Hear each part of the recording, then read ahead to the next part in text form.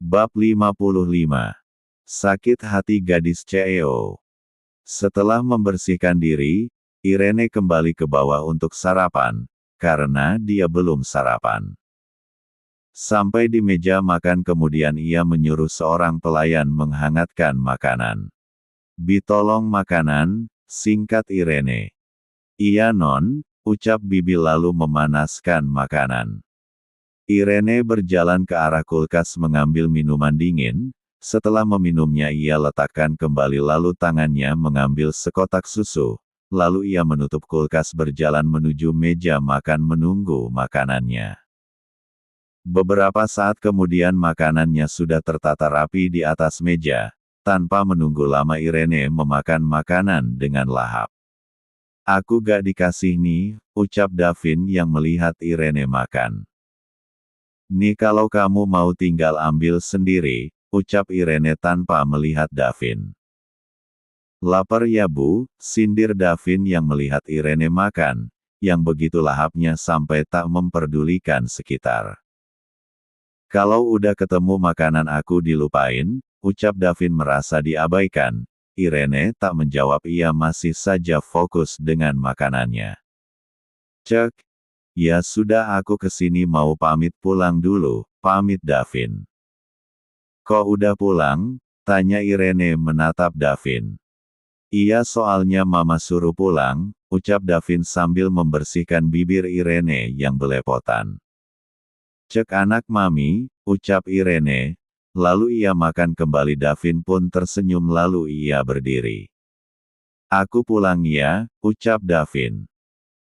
Irene hanya menganggukkan kepala sebagai jawaban, lalu Davin mendekat ke arah Irene dan mencium kepala Irene, sedangkan Irene tak peduli, ia asik makan karena perutnya sudah keroncongan.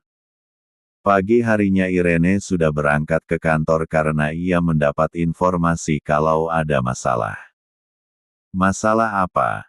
tanya Irene singkat. "Salah satu proyek yang kita bangun mengalami kendala Miss. Semua buruh mogok bekerja," jelas asisten L. "Bagaimana bisa?" ucap Irene heran. "Kata buruh yang bekerja di sana mereka sudah tidak pernah digaji 3 bulan belakangan ini Miss," ujar asisten L. "Nggak digaji?" ucap Irene heran.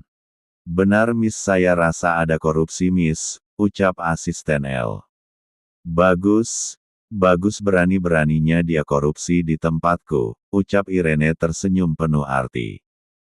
"Apa yang selanjutnya kita lakukan Miss? Apa langsung kita pecat saja orangnya?" ucap asisten E. "Jangan, aku punya ide yang brilian," ucap Irene menyeringai.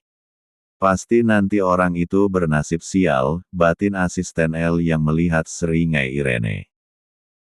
"Kita ke lokasi sekarang, jangan beritahu siapapun," ucap Irene yang sudah beranjak dari duduknya. "Baik Miss," ucap asisten L lalu mereka berdua turun menggunakan lift CEO. Sampai di lobi asisten L belok ke arah resepsionis sedangkan Irene menunggu di mobil.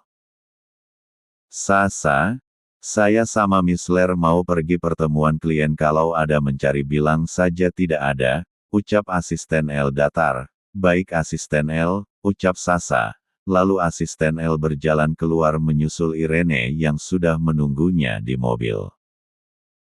Sampai di mobil asisten L langsung masuk ke kursi penumpang, karena sudah ada sopir yang mengantar mereka. Setelah semua siap, sang sopir pun menyalakan mobilnya melajukan menuju jalanan yang banyak penduduknya. Di tengah perjalanan Irene meminta sang sopir untuk berhenti di toko pakaian.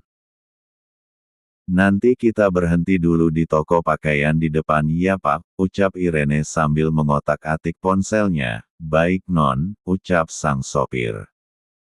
Miss, apa Miss Ler mau menyamar lagi?" tanya asisten L yang penasaran. "Yap betul. Saya mau melihat cara mereka saat tak memberi mereka gaji," ucap Irene tanpa melihat asisten L. "Jangan lupa hubungi polisi juga, tunggu aba-abaku baru kalian muncul," ucap Irene. "Baik Miss," ucap asisten L lalu menghubungi polisi. Sampai di toko pakaian mobil Irene berhenti. Orang yang di dalam toko terheran-heran karena baru kali ini ada mobil mewah yang berhenti di depan toko itu. Pasalnya toko itu adalah toko kecil, bukan butik ataupun toko besar. Setelah mobil berhenti, Irene lalu masuk ke dalam toko tersebut tanpa asisten L.